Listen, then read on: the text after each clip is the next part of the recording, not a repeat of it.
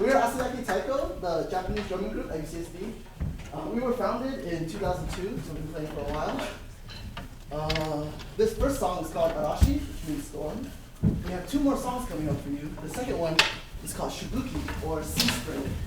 Hopefully we will see like the waves crashing in our movements. And our third song is called Jikangide, which means running out of time. It's a more fast-paced song. As we're setting up. If you have any questions about Asiaki Taiko or Taiko itself, don't be afraid to email asiakitaiko@gmail.com and like us on Facebook. We also have an annual concert coming up, May 15th. All right, please enjoy.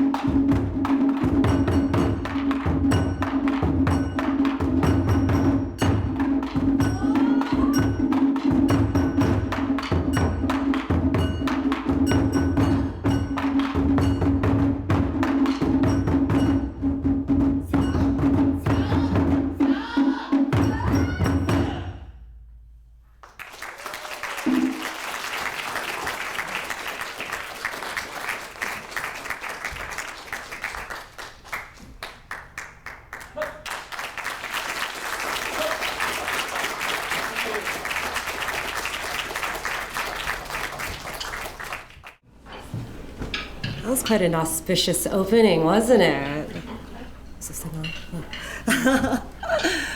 Thank you so much for joining us. We're thrilled to have everybody here today. And firstly, I wanted to thank our partners at Arts and Humanities. We couldn't have done it without you guys. And without further ado, here's a little video. So maybe we can save the video for later, guys. We'll close it out with the video. Thank you so much, though. And without further ado, here is the Dean of Undergraduate Research, Dr. David Artis.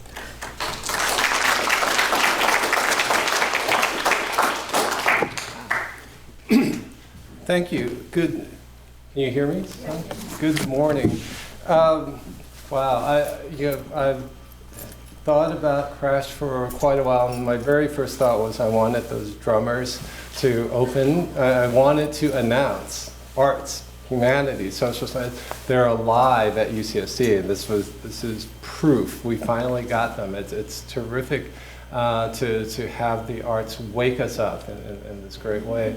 And I was thinking, I want all of you, before we do anything else today, I want you all to promise me to commit to spreading the word about our arts, humanities, social science, culture at UCSD. We think everybody knows it's here. We think everyone knows it's thriving. But we need to be ambassadors for it. We need to be salespeople for it. I want you all to help me fill this room next year. So let's before we do anything else today, because I can say this because I guarantee you this is a terrific program. This is a wonderful conference, a great way to meet people. So I'm counting on you. Before you see it, I've seen it, I know what it's like. I'm counting on you to be evangelical about it by the time you leave. I want you all to be salespeople for this conference, for arts, for humanities, for spreading the word, creating a larger community for these kinds of activities. That said, I'm so glad to see you. Welcome. As I said, I think that we know where I work how many students feel that when they are engaged in research in the arts and humanities and social sciences, it's a wonderful way for them to talk about this intersection between their intellectual lives, their personal lives, the new lives that they're finding just by being at a place like UCSD. Being at a place like the Institute for the Americas might stimulate curiosity, might make a student start thinking about the kinds of questions that were asked originally at universities. If you think about it, the first universities were academies dedicated to humanities and social sciences. So we are keeping that alive. We are keeping the original inquiries going, and I think there's no question that it will thrive. And I think that we have a chance with our students and with our alumni to make those relevant for the digital age, for the technological age, for whatever comes next. There is, I think you'll see today, no need for there to be a wall between STEM and the arts. In fact, now you hear people talk about STEAM because I think they feel guilty that STEM has gone on for so many years without the arts. So now STEAM, we missed you guys. We missed the arts. We really did. So we've been doing this conference now 3 years as our way of saying, that we think there's just as much vitality, there's just as much questioning, there's just really as much opportunity for growth professionally, personally, academically, societally, by digging into arts, social sciences, and humanities as much as in engineering or life sciences or physical sciences. As much as we love and esteem that kind of work, we see these as partner enterprises. So that's one reason we are committed to this conference and growing this community. And I'm going to take a moment now to introduce one of our partners in that quest. He is actually an engineer who sees the value in all of this. And he's coincidentally a terrific leader at UCSD, provost at Revelle College, Dr. Paul Yu.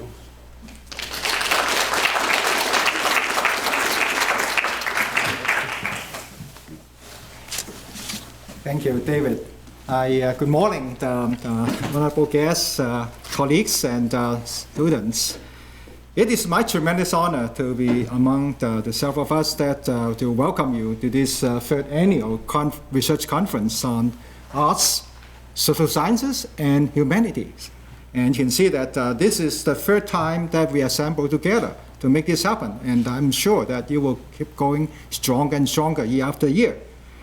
Now, for the really, it is my pride to be part of the community here in UC San Diego to see the success of our students, especially in the arts, social science, and humanities areas. And I will give you a reason why. Okay, and it said a lot to the mission of the university. Okay, really is to educate and to empower.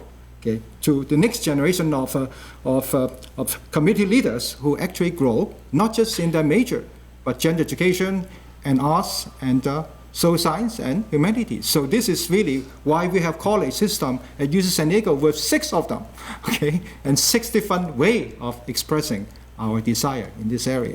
Okay. Well, I would like to add to Dr. Art's comments on there's no actually any divide between arts and sciences. People make artificial divide. There's no such thing as one is born to be artist or scientist. Okay, it's all among us to have part of each. Okay, and there are many, many instances in histories of great artists and great scientists, and they inherit some of each of the features. Okay, and many people these days try to make artificial divide by saying that this is a discipline of the sciences, discipline of engineering, and so on. But more and more we see exceptions. We see people who have talents in many of these areas, and they group together, they find themselves in joint research, in joint exploration, all right? And so we see that cross-boundary collaborations and cross-training of peoples at UCSD between visual arts, music, mathematics, physics, engineering, medicine, oceanography, as well as various areas in social sciences. Okay. And at UCSD, we see common grounds for all this interdisciplinary research. And I'm sure the students are keenly aware of all of this development and trends.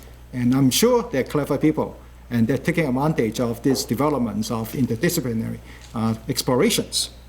So, as David mentioned, it is our sincere wish that this annual gathering will grow bigger and bigger and stronger, and not just involving students, faculties in arts and humanities, but it will be the entire campus coming together to have a great gatherings. So thank you.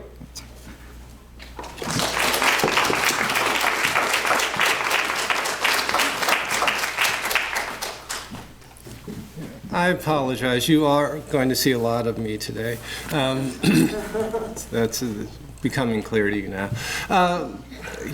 Let me say that we also, for this year, we have a terrific new partnership with the Dean of Humanities and Arts and Humanities at UCSD. The entire division is supporting the effort now, and Dean Cristina Della Colletta is going to speak. She has been Dean of Arts and Humanities at UCSD since 2014 and is a professor of Italian literature. She has been Associate Dean for Humanities and the Arts and College of the Graduate School of Arts and Sciences at the University of Virginia. She's a wonderful addition to the UC San Diego community and a great friend already to this conference. Dean Della Colletta.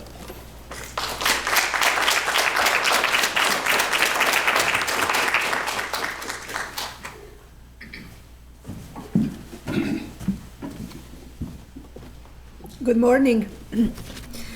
I'm Cristina Della Colletta, Dean of the Division of Arts and Humanities, and I am honored to be here today to bring attention to undergraduate research in the arts, humanities, and social sciences. Undergraduate students enter our institutions of higher education with fresh eyes and open minds, ready to navigate new fields of inquiry.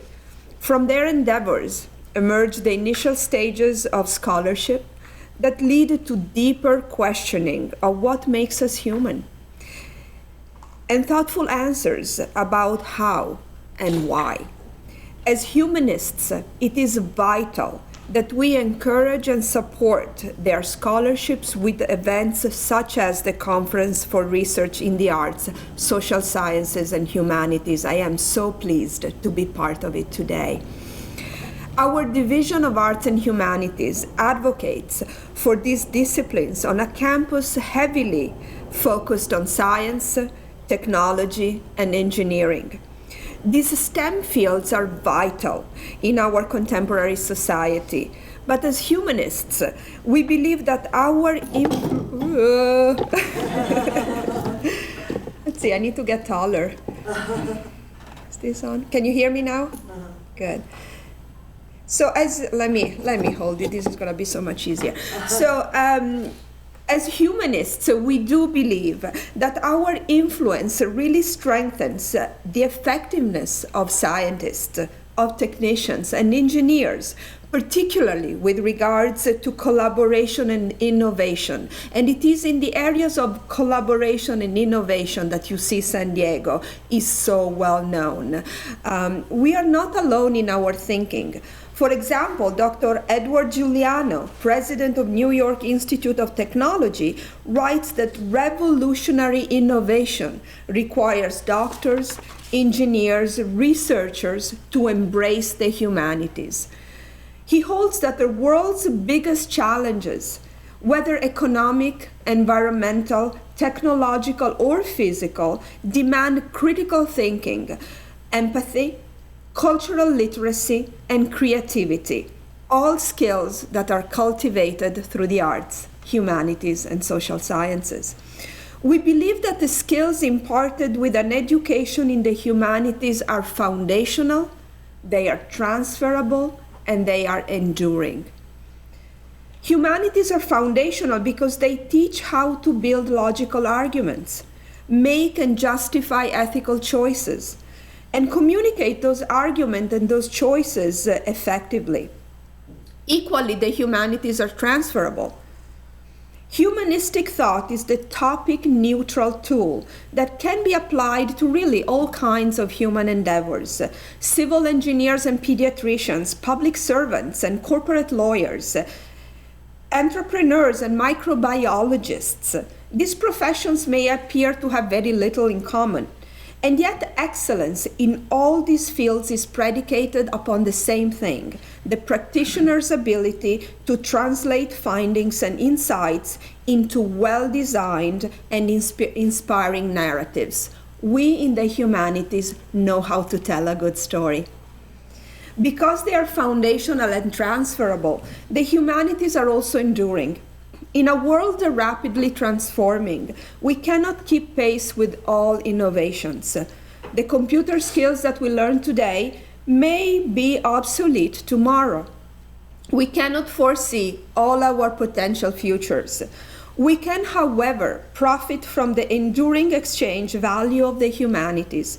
In an age of globalization, the genius of transferability and the foundational methodology of humanistic reasoning ensure that we continue to adapt successfully to rapid change. The humanities are core to our university's strategic plan, and we pride ourselves to be a comprehensive, student-centered, research-focused, and service-oriented public university. One of the goals of our strategic plan is to deliver an education and an overall experience that develops students who are capable of solving problems, leading and innovating in a diverse and interconnected world. The Division of Arts and Humanities is the home of the Institute of Arts and Humanities, where 12 different programs, from Korean studies to European studies, from science studies to the program in the studies of religion, join forces to fortify the critical capacities required to bridge cultural gaps on individual and systemic levels. This is an intellectual space that responds to another of our university's strategic goals, and this is the goal to cultivate a diverse and inclusive university community that encourages respect and open dialogue and challenges itself to take bold actions that will ensure that learning is accessible and affordable to all. Just last night, I attended the Arts and Scholars event where we honored the donors, alumni, faculty, and staff colleagues who support our students with scholarships that ensure that their talent is given the best opportunities to flourish and thrive. I had the pleasure to sit with donors to the arts, the humanities, and the social sciences who spoke with eloquence about their desire to see future leaders and scholars in our humanistic disciplines get the best education that our first-class university can provide. And I also had the pleasure to listen to the stories of our students as they described how their scholarships, the scholarships they received, helped them acquire the freedom to experiment and thrive in an environment that supports risk-taking, experimentation, and creativity.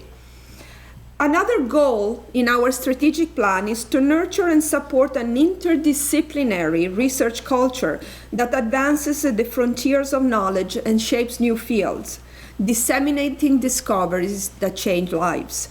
The Division of Arts and Humanities has just launched a new major and a new minor.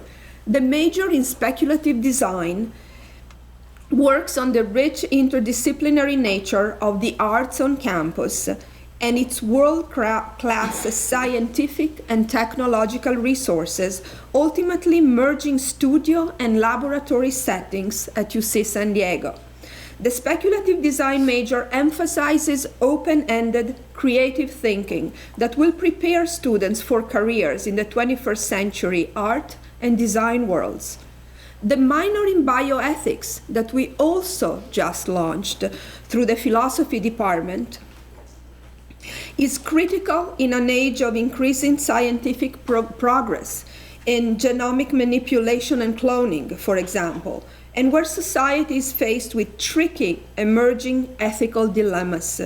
The health professions, particularly, are calling for guidance, and philosophy, with tradition in ethics and critical thinking, is positioned to help.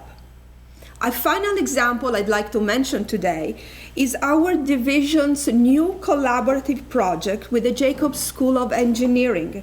It's called Envision, and it's a joint makerspace where students in the arts and students in engineering will work together, innovating collaboratively and creatively. Dr. Gregory Buford, our keynote speaker today, is an ideal example of a successful blend of humanities and science. He exemplifies how a humanistic foundation translates excellence across numberless disciplines and professional options. He graduated from UC San Diego with a BA in literature and an emphasis on writing. And then he went on to medical school at Georgetown University. Today, he's one of the most notable cosmetic surgeons in the country with an expertise in non-invasive technologies. It is my pleasure now to welcome back one of our own, Dr. Gregory Buford. Thank you.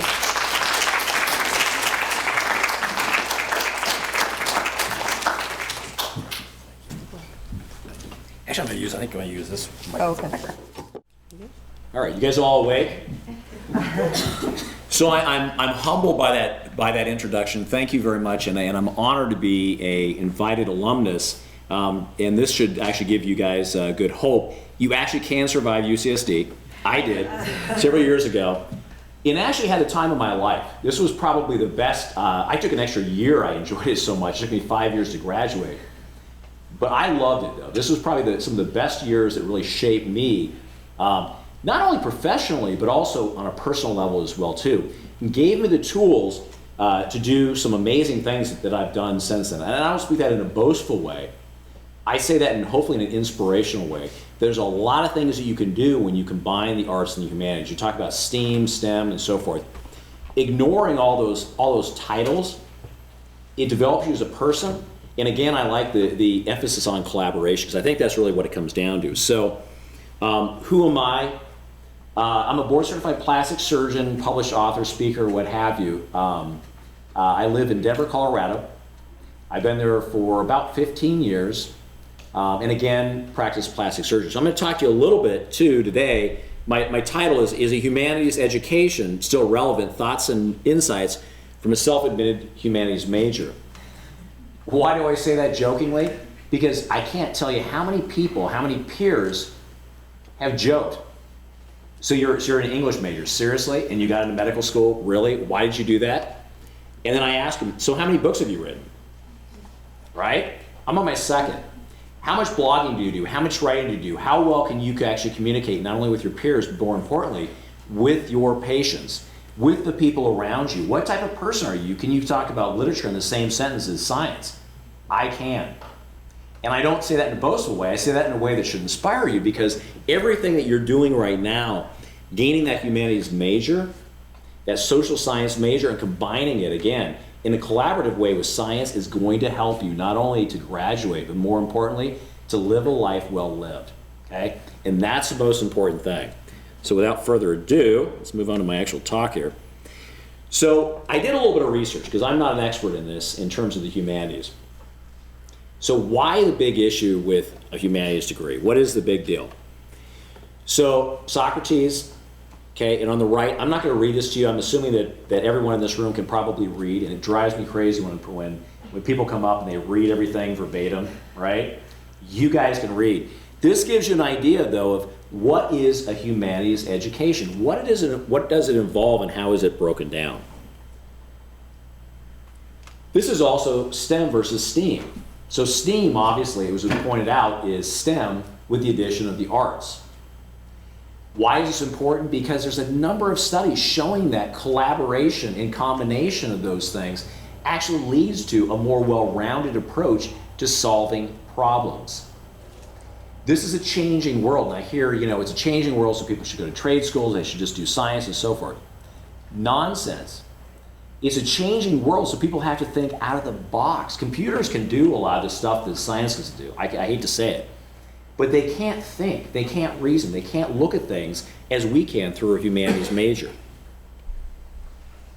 So what the critics say. So I'm going to talk a little bit about what the critics say, and I'm going to talk a little bit about what the proponents say. So what do the critics say? Well, here's two of them in an article by Fast Company. You guys are, I'm sure, familiar with Fast Company. Great magazine. I read it every month. So venture capitalist Mark Andreessen and Peter Thiel, okay? Peter Thiel was a co-founder of PayPal along with Elon Musk, okay? Both basically poo-pooed or criticized the humanities background, saying that Mark Andreessen said that the average English degree holder is fated to become a shoe salesman hawking wares to former classmates who were lucky enough to have majored in math. Mr. Thiel, then further drives a stake in saying that, referring to degrees like his, he studied philosophy at Stanford, as antiquated, debt-fueled luxury goods. So are these just for the rich? Are these ancillary degrees that don't mean anything? I don't think so. I would disagree with these comments. In fact, this next article from Quartz, great online source, there's a tech billionaire who basically said that the test of a good college education is whether ultimately you can actually read intelligently The Economist. So in other words, can you read financial aspects? Can you read the sciences? Well, in the same article, it pointed out that this little company, you may have heard of Goldman Sachs, just a little tiny little company, hires more graduates with liberal arts and humanities backgrounds than those who study technology, okay? You got English majors, all right? So Goldman Sachs, large company. Second of all, it points out to this, quote, useless liberal arts degree has become tech's hottest ticket. Great book. I actually just bought this last night and read half of it on the plane. The Second Machine talks that today's tech wave will inspire a new style of work in which tech takes care of routine tasks so that you, the people, can concentrate on what mortals do best, generating creative ideas and actions in a data-rich world. It's a collaboration, okay? But there's a need for people with a humanities background. And ultimately, what he talked about is as these jobs grow, as this next wave of jobs grow, They'll create fresh demand for high-paid trainers, coaches, workshop leaders, and salespeople. By contrast, software engineer ranks will grow by barely 3% of overall job growth. That's not going to grow very much. Whereas the other fields are actually going to grow tremendously because there's a huge demand.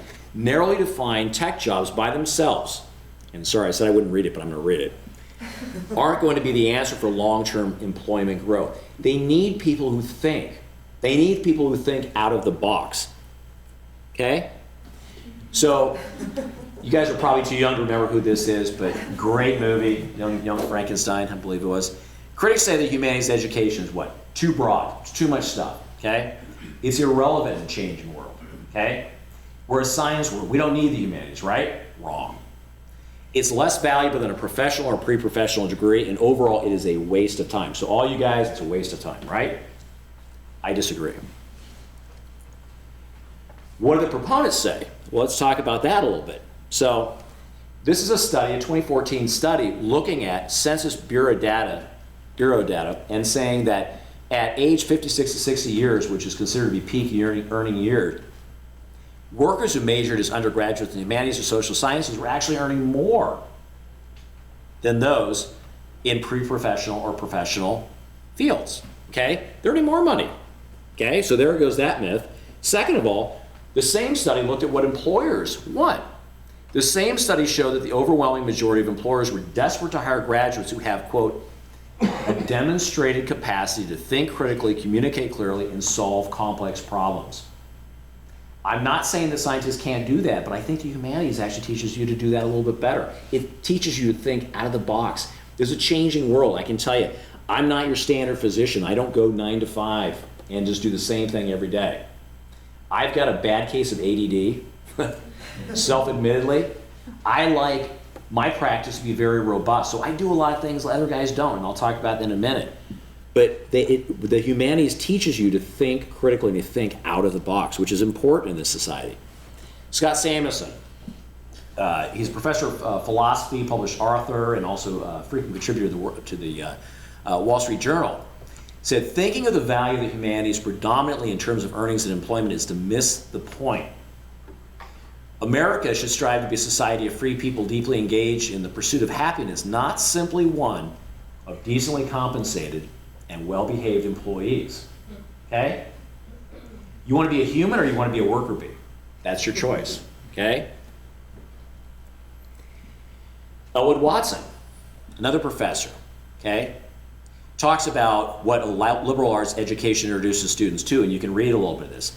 But I like the fact that he points out, more importantly, such an education provides its recipients with the ability and vital ingredients necessary to think critically and to think holistically about a plethora of issues. Being exposed to a multitude of subjects is what the humanities is all about. Okay? You're becoming a person. Back to Mr. Samuelson. So what he talks about in this quote is the fact that you can talk all day about this, about how great the attributes are of the humanities education, but when it comes down to it, where's the power? The power is in looking at the students, looking at those students who've been touched by this type of education. Stories about real students who've been ignited by the study of subjects like philosophy mean more to people than abstract elements about the value of the humanities. In other words, show me the money, okay? I can tell you I'm up here as a humanities major, and I've done fairly well for myself. I'm pretty happy with my everyday job and my life. This guy, you might remember Steve Jobs, ran this little company called Apple, okay? His quote a few years back, it's in Apple's DNA that technology alone is not enough. It's technology married with liberal arts, married with the humanities, that yields the results that make our hearts sing. How disruptive, and I hate that term because that's so overused these days, but I'm going to use it anyway. How disruptive is Apple? It has completely changed the face of computing. Completely changed it, okay? But it's not just the scientists there, okay? It's people with liberal arts, it's people with humanities, people that can think out of the box and think about the next big thing, okay? And that's what it's about. It's not just connecting A to B, it's connecting A to Z. So who are our fellow humanities graduates? So what I looked at is, can you be successful with a humanities degree? There's a couple of people that have actually gone on to do some good things in life. You might have heard of them. Oh, Mitt Romney, Ted Turner, Conan O'Brien, you know. J.K. Rowling, she's written a few books.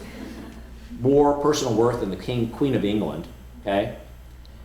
Carly Fiorina, Steven Spielberg, he's done some movies. Jon Stewart, Stuart Butterfield, Lloyd Blankfein. I have to give a shout out to Nick on the top here. I say it like I know him. I don't know him. I'd love to meet him. But he's actually a UCSD graduate, okay? Invented this little thing called the GoPro camera. You'll see I have a couple pictures later on with the GoPro camera. So brilliant, crazy idea, thinking out of the box. Howard Schultz started this little company now that you guys all spend a ridiculous amount of money on a stupid cup of coffee. But guess what? He started the company. Howard Schultz, Starbucks. Jimmy Dimon, CEO, JP Morgan.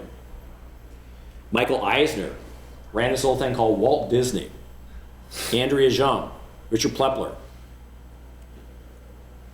Alexa Hirschfield, probably I'll butcher her name, Susan Wojcicki, I believe it is. Steve Ells, who actually lives in Colorado, started this little thing called Chipotle, a little company. And Jack Ma started Alibaba, huge company. Okay, so you think you can't do anything with a humanities major? Guess what? These guys have, okay? You can do anything you want. So how did I start with a degree in literature and end up as a plastic surgeon? What took me down that route, okay? And what I'll tell you is, in all honesty, I didn't start out coming here thinking, you know what, I'm gonna be a literature major. I was gonna be a science major. I was gonna do everything the right way. I was gonna go to A to B to C and so forth, just like everybody along the road. But you know what, something changed. It changed when I took humanities classes and I opened my eyes and said, you know what, this is pretty cool. I'm getting my butt kicked in humanities, pardon my language, but I actually like it. This is actually really cool stuff. And this is stuff that I can actually learn about, retain, and probably use in my life. Crazy how that works, okay? But I actually enjoyed it. So looking back, I could have gone down the traditional route. Science background, medical school. Obviously I can't be a doctor without medical school, so that's the one thing that's a requisite. But I didn't do that. I chose a humanities degree, okay? So what were my educational goals? What did I want to accomplish? First of all, I wanted a degree that would challenge and stimulate me. I wanted something that would actually give me something to wake up for. I didn't want something that was a cakewalk. I didn't want something that was going to destroy me. But I also wanted something that would stimulate me, that when I graduated, I was proud to say that I had graduated with this degree. I wanted a degree that would be versatile, okay? I didn't want to pigeonhole myself. I wanted something that would provide multiple career options, because I knew I would be a doctor, but I wasn't so sure, okay? I can tell you there's even a lot of doctors that don't just practice medicine. And I'm a good example too. I do a lot of consulting, I write and so forth. I'm not just a doctor. It's just part of who I am. Ultimately, a degree that would make me better as a human being, okay? This crazy thing called a life that you have, you're not just a career. You have a life, and I will tell you, it is very short. Enjoy the heck out of it, okay? And a degree that would allow me to leave a legacy. I'm at a point in my life, I'll be 50 this year. I want a legacy. I want to be remembered when I'm dead, because we're all going to die. I hate to tell you, I'm a doctor here. You are all dying. Sorry, okay? We're all dying. So it's not really when you die, it's what you do during those years. Abraham Lincoln, it's not the years in your life, it's the life in your years that truly matter. And that is absolutely important. It's what you do every day, okay? So enjoy every single day. But I wanted something that would allow me to do what I wanted to do and to leave behind a legacy. So going into this, I'd always been interested in art and literature. This is actually, we don't own this painting. This is a Jefferson Tester. He was actually a personal friend of our family, so I grew up with an art around me at all time. My parents collected art. We have a number of his paintings. I was given one when I was born. I was given another one when I graduated from medical school. So I was always involved in art, okay? That's my habit of choice. I'm a recovering art addict. I was an avid reader. I was in the library all the time. I was that kid, okay? Now you can get everything digital on Kindle, but I'm old enough to remember when you actually had to read a book. There's these things you guys might know about called books. So I was in the library all the time, and I'll tell you what, that really helped shape me. I played the piano. I was involved in a lot of things that were not science related.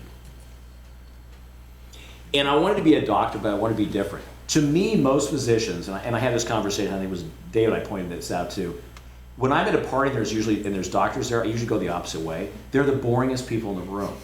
Seriously, I mean, how many doctors you go, God, I can't wait to hang out with my doctor tonight. No, these guys are so boring, okay? I can tell you, I don't like hanging out with my own because they're boring.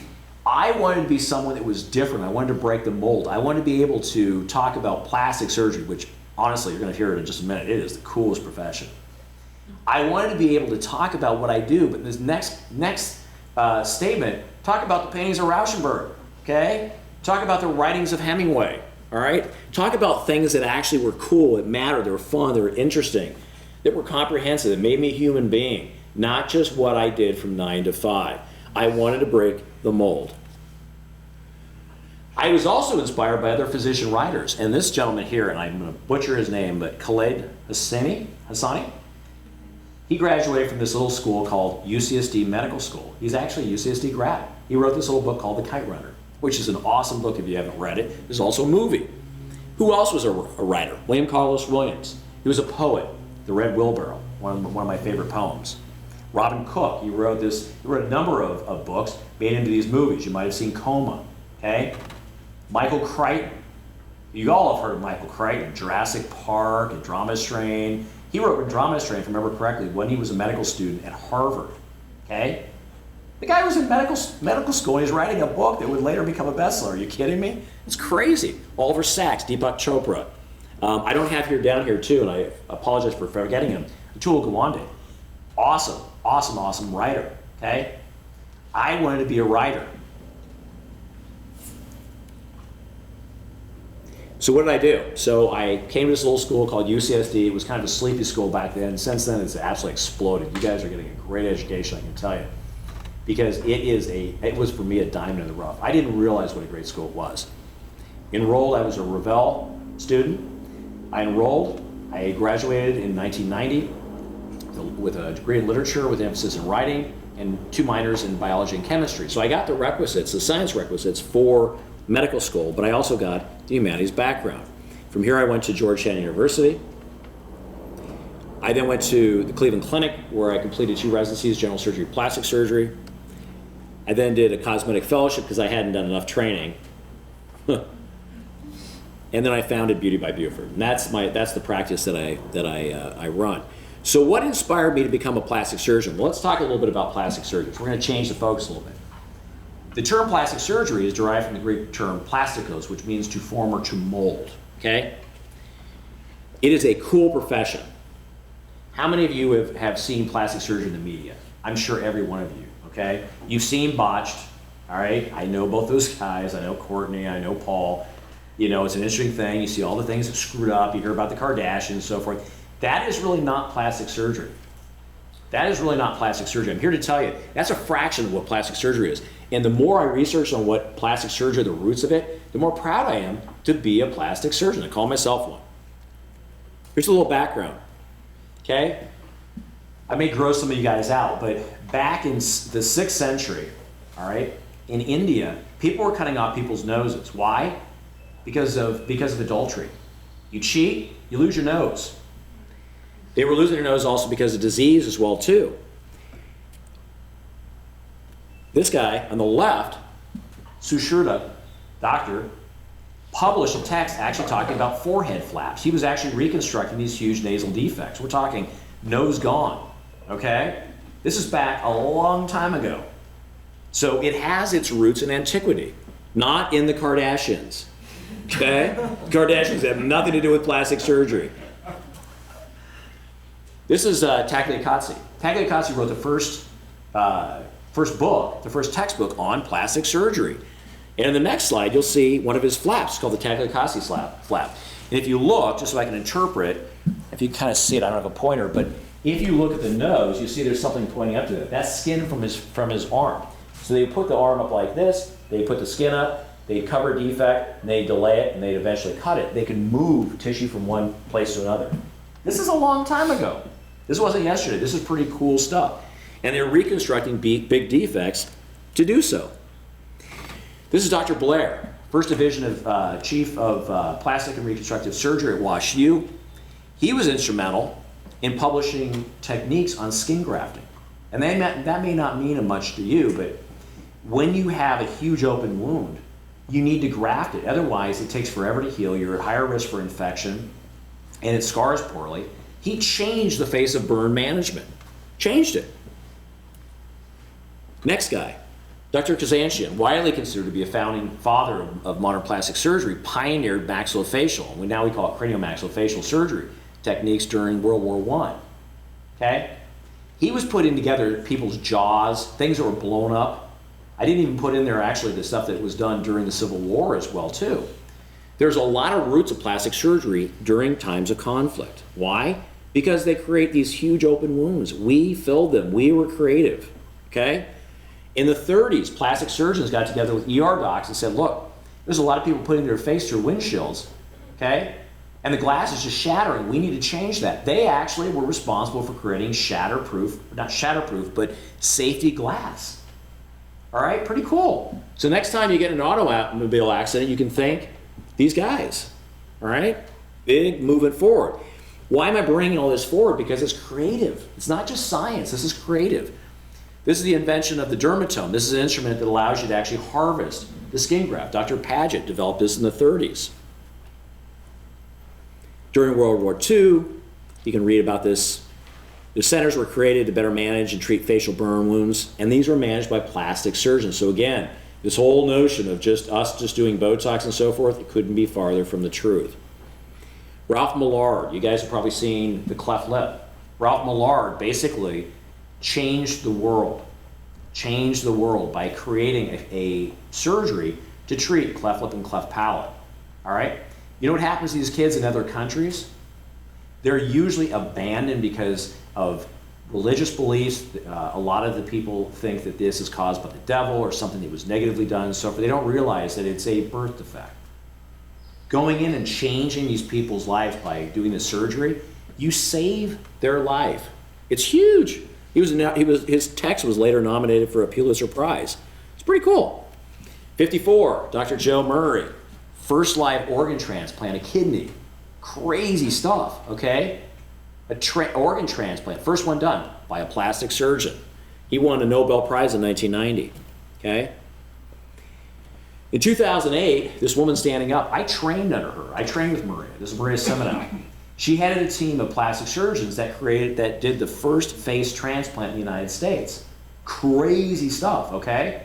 Did you guys ever see the movie Face Off? Okay? We're doing that stuff now. It's crazy, okay? You think you need a little creativity to do this kind of stuff? I would say so. This is not just science, it's thinking out of the box. It's thinking way farther ahead than A to B. So I'm going to steal one of your terms. I would propose today that plastic surgery is a STEAM equivalent in modern medicine. It really is. It really is. Why do I like plastic surgery? I like plastic surgery because it's not just making a decision and doing a little thing here and there. It's combining science and technology and the arts, okay? Plastic surgery, a lot of it is art. And I tell my patients that. I really do. There's more than one way to do a lot of the procedures we do in plastic surgery, whether it's reconstructive or cosmetic, and it's fun, and it constantly keeps you challenged. And I draw from my humanities education to do that. So who am I? I do a lot of talking. Obviously, I like to speak. So I do a lot of speaking. I've spoken across the country. I've spoken outside the country. I'm a consultant. I'm a published author. This is one of my books on the right. This is a gentleman actually from China that flew from China actually to see me at the American Academy of Dermatology meeting, just to see me. That was pretty cool. I mean, that kind of makes your day when a guy calls you and says, by the way, I'm coming out to see you because your book. That really makes it all worthwhile. So I do a lot of writing. Shameless plug for one of my books. This is Beauty in the Business. I wrote this book because there wasn't another book that talked about how to run a successful patient-oriented or patient-centric business, okay? No one knew how to do that stuff. So I saw a gap, a need, and with my background, I came up with this. This textbook now is being used across the country. I just got a text, my fiance out here, just got a text from one of her friends say, hey, by the way, your boyfriend's, I didn't realize your boyfriend wrote the book that I just finished. This is awesome, totally changed the way I sell lasers. Another friend texted me a couple months ago saying she was out at a national training for Obagi, a skincare line, and she said they put my book up and said, you got to read this. If you read one book, this is the book. Okay? I'm not bragging about myself. I'm bragging about the education that allowed me to do that book, create that book. Okay? There was a gap. I saw the need, and I basically did something. This is my second book. Okay? The Art of Surgical Nutrition. This is going to shake some. This is going to ruffle some feathers. Okay? Because it goes against what we do in surgery with respect to just focusing on the surgical procedures. Talks about the value of nutrition. Not a lot of physicians are valuing that. It's going to step on toes. Okay? It's thinking out of the box. It's thinking differently. I do a lot of photography. Okay? These are some of the shots that I took. And I have a lot of fun too. So this is, we do a little skiing. We've got a couple of little hills out in Colorado. So on the left, that's Burning Man. Alicia dragged me there. It was one of the craziest things I ever did, but a real eye-opener. Again, thinking out of the box. And that's on the beach in Oregon on the right. And this is crazy stuff. I'm not going to linger on this, not to show off, but I lost my mind and did a fitness competition a couple of years ago, and I actually took first place for Masters for the old dudes, so pretty cool. So, life is good. Life is good. What I've been able to accomplish with a humanities degree has taken me far beyond, I think, what I would be able to accomplish with a science, a pre-professional or professional degree. I'm not discounting a professional degree. You need it. I could not have become a doctor without a medical degree, right? But what I learned through my humanities education, through my training here at UC San Diego, put me in a position where I could launch a career to me that was much more satisfying, much more enriching, and much more comprehensive than I could have done alone. So I like this quote. I saw this on the internet. Science can tell you how to clone a Tyrannosaurus Rex, but humanities can tell you why this might not be a good idea. So I appreciate your time. I'll be available for questions. If you guys want to contact me, feel free. I'm all about education. I'm all about passing along what I've learned to the next generation. So, don't hesitate. And again, I appreciate your time.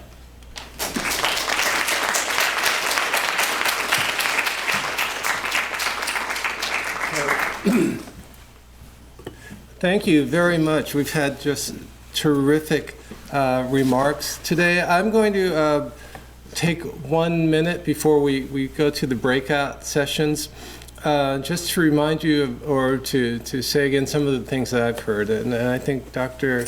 Della Coletta's talk about the way that the humanities and arts at UCSD are innovative. It was just so inspiring, that we think about the new leaps forward coming from what we think of technically as STEM, but the innovation is just as much a part of what we do in arts, humanities, and social sciences as it is anywhere else, and the great partnerships and thinking about bioethics as a way of both of these sides of the coin realizing how much they need each other and how much we profit by working together. That's such a great thing. And everything that Dr. Buford just said about the changing world and the way that I think you just gave us a sense of confidence about it.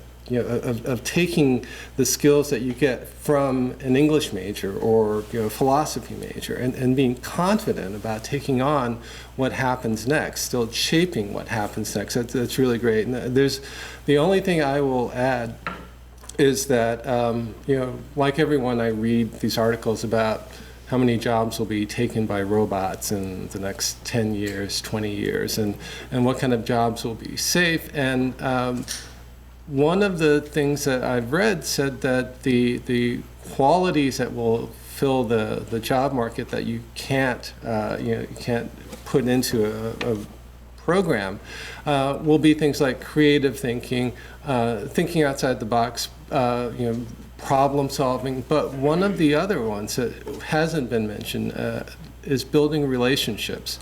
And I want to say to you that a foundation in the humanities and social sciences and the arts makes us better at building relationships, gives us a better idea about the people we're talking to, empathy for what kind of lives they bring to the conversation, even if it's the first time we meet them. The more we know about how relationships work, the better we are equipped to handle new ones. And we learn those skills from arts, humanities, social sciences. I like when you said, well, you don't like talking to doctors at parties, but I really think sometimes, I thought, how many of us are good at talking to doctors in an office visit, right? But if we have the good relationship building skill, and if we're lucky enough to have a doctor who's been exposed to humanities and social sciences, the doctor visit could be very different. It could be built on the kind of relationship that is informed by what we learned in these fields. So the potential for deep study in humanities, arts, social sciences to affect all of our lives, our relationships positively, I think is just endless. I don't think there's an area where it won't matter. So this has been just great. We've had wonderful remarks. Please join me in applauding our speakers.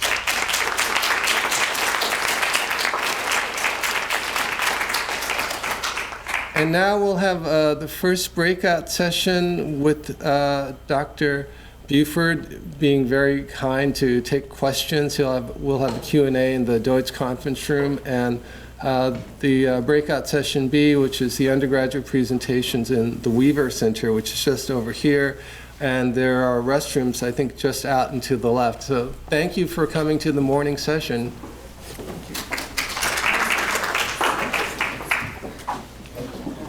Thank you.